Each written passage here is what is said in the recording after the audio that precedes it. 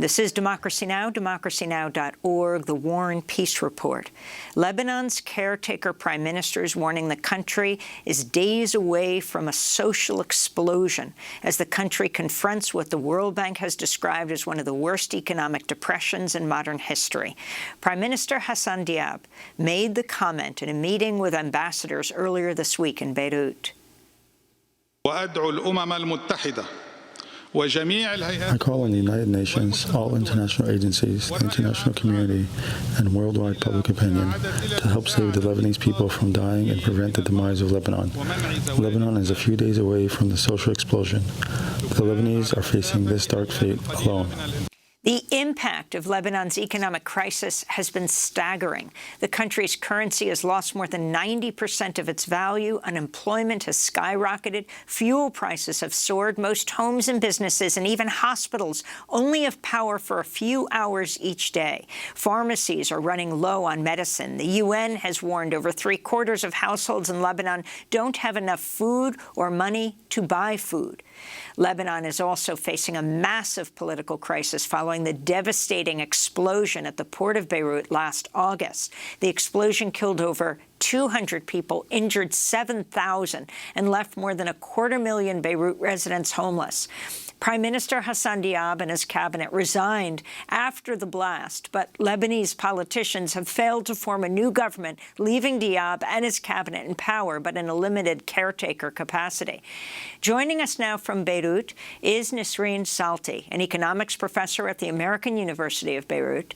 We're also joined by Ziad Abu-Rish, the director of the MA program in Human Rights and the Arts at Bard College, also a board member of the Lebanese Studies Association and the co-editor of Jadaliyya-e-Zine. He's joining us from Seattle, Washington. Professor Nisreen Salti, let's begin with you. Explain the scope of what is happening in Lebanon right now. So to understand the nature of the crisis, it's perhaps useful to go back a little bit in time to see what setup led to the conditions that led to collapse. What we have is an economic system that was set up in the mid-1990s after the Civil War, and that instituted macroeconomic policies that put in place all sorts of economic elements, almost structurally, in the system. So we ended up with an economy that is heavily reliant on imports for the bulk of its needs, for its consumption, and very low or discouraged local production. And with this combination of two structural factors led to an unhealthy dependence on foreign currency inflows, in particular dollar inflows. This setup privileged a very small class of business interests, namely import cartels and bank owners and real estate agents, real estate developers. And they were closely connected to a political class. And together, these two groups amassed enormous profits to the detriment of the local productive sector, of job creation, of diversification. And that gradually resulted in two things: growing inequality, income inequality, over almost 2.5 decades, which is one of the symptoms that was already heralding an impending collapse. And then also the conditions that today led to the crisis, which is that we became extremely dependent on these dollar inflows. And the minute the dollar inflows stopped, which is what happened in the fall of 2019 when the crisis started, the entire system crumbled. So what is the scope of this type of collapse? Well, as you described, the poverty rate has more than doubled in 18 months. We have seen rates of food insecurity that are unprecedented for the country. Unemployment has soared. The rate of migration of students from private to public schools because they can no longer afford private schools is ever growing. There's been a shortage of basic life essentials, fuel for electricity, for transport, but also medicines, baby formula. This is, after all, a crisis that the World Bank is describing now as one of the 3 worst in the last century and a half. So the economy has shrunk very, very rapidly. So the little that was left of the middle class before the crisis began is now being pushed into poverty because there are very few jobs, very few economic opportunities. Also because those that still have jobs have seen their incomes lose purchasing power daily because of the hyperinflation that the country is experiencing. And then finally, because the banking crisis has meant that savings for most of society have been decimated, again, because of the currency and banking crises. So we have a middle class and poorer classes that are choked from all the standard sources of livelihood, all the standard sources of incomes. Meanwhile, the business and political class that benefited from the system was able to plunder the economy for 20-odd years, 20-plus years, and now has safely stowed its wealth abroad, outside of the country, so safe from the collapse. And many actually even continue to profiteer from the downfall through classic predatory tactics like hoarding or smuggling or extortion. So yes, the crisis has made a very highly unequal society even more economically polarized today. Ziad Abu-Rish, if you can also now put this in the context of the explosion that took place almost a year ago, last August. It seemed to have also exploded the government, but the government actually remains. Hassan Diab is still the acting prime minister.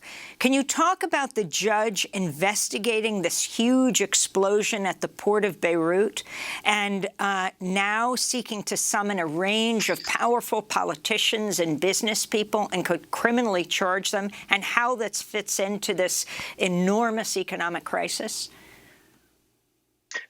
Absolutely, Amy. Well, for the listeners that might not be aware, the investigating judge, Tariq Bitar, recently submitted a formal request to lift immunity from those politicians that have immunity, and to be able to bring them in for formal questioning and potentially file charges against them. This includes former ministers of finance, former ministers of interior, former ministers of public works, the former head of the army, the former head of military intelligence, as well as the current heads of general security and state security. These positions also reflect a diverse array of political parties across the kind of major divide in the Lebanese political system. But we are yet to see whether this immunity is going to be lifted and what possibilities might actually result from this initial attempt. We should remember also that Ziad, he replaced a previous judge who was removed from his position when he initiated such proceedings. So while there are important developments with this investigation, we need to see if they're going to hit the same dead ends as the previous judge did, or if they're going to move forward. He's also seeking to question the acting prime minister? Yes. It includes the current acting prime minister, Hassan Diab, who is in the caretaker government, as you suggested. I just want to point out, to link the Beirut port explosion of August 4th with the economic crisis that Dr. Salti so eloquently explained. Part of the problem is the total lack of accountability. We are almost 1 year from the first year anniversary. We are almost 1 month from the first year anniversary of the Beirut explosion, and there have been no major prosecutions yet, no major accountability. We are months and years now into this financial crisis, and as you quoted Hassan Diab initially at the beginning of this segment, he is pleading with the international community to come and save Lebanon, ignoring the fact that he and his allies and the entire political class in Lebanon are responsible for the economic collapse of Lebanon as much as they are responsible for the Beirut port explosion. And the very international community that he is begging literally to help save Lebanon aided and abetted this entire political class for the last 30 years in bringing Lebanon to this point with the Beirut port explosion and the financial crisis. Given what has happened, Professor Nisreen Salti, in Beirut, it is surprising there isn't more protest in the street. I mean, the currency devalued at 90%, the enormous pressure on people. What do you think needs to happen right now? Very difficult question. People, I think, have been bogged down by the impossibility of keeping their life together at a very daily, basic level, which may explain why there hasn't been massive protests, although you will see that there are flare-ups of protests here and there. People are quite destitute and are literally trying to find their livelihood in any way that they can. There's also been a history, maybe before the pandemic was at its height, of very violent repression of protests when they have taken place. So there is the wound also from that experience that people still carry today. What needs to happen, in my opinion, is it's clear that setting it up as a question of forming a new government and returning to the table of negotiations with the IMF, which is the way out, as cast often in mainstream media, is really not a way out, but a return to the status quo ante. In my opinion, what needs to happen is a deep overhaul of the current system. What needs to happen is a change in the very nature of the relationship between the state and its citizens, to transform it into a civil state that doesn't mediate its relationship to citizens through religious communities, a new vision for an economy that is productive rather than precarious and rentier, and captured by a small group of coalesced interests, and a state with some, at least minimal notion of social justice, which today our current reality completely eschews. So that, I think, is what really needs to happen in order to come out of this. Is there any chance of this? There are small signs of hope. There's, in the face of the impossibility of daily life that our current reality has become in the economic freefall, there are a few committed groups, vocal activists, and people on the ground who are organizing, who are coalescing around these very transformative goals.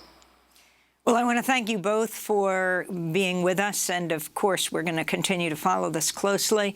Nisreen Salti, economics professor at the American University of Beirut. We're going to link to your piece that you wrote back in 2019, No Country for Poor Men, How Lebanon Debt has Exacerbated Inequality. And Ziad Abu-Rish, I want to thank you for being with us, director of the MA program in Human Rights and the Arts at Bard College, also a board member of the Lebanese Studies Association and the co-editor of Jadaliya e-zine. That does it for our show. Democracy Now! Is produced with Renee Feltz, Mike Burke, Dina Guzder, Messiah Rhodes, Nermeen Sheikh, Maria Tarasena, Tammy Warrenoff, Jarina Nadura, Sam Alkoff, Maria Astudio, John Hamilton, Rabbi Karen, Hani Masood, and Adriana Contreras. Our general manager is Julie Crosby. Special thanks to Becca Stelly, Marian Barnard, Paul Powell, Mike DeFilippo, Miguel Noguera, Hugh Grant, Dennis Moynihan. I'm Amy Goodman. This is Democracy Now!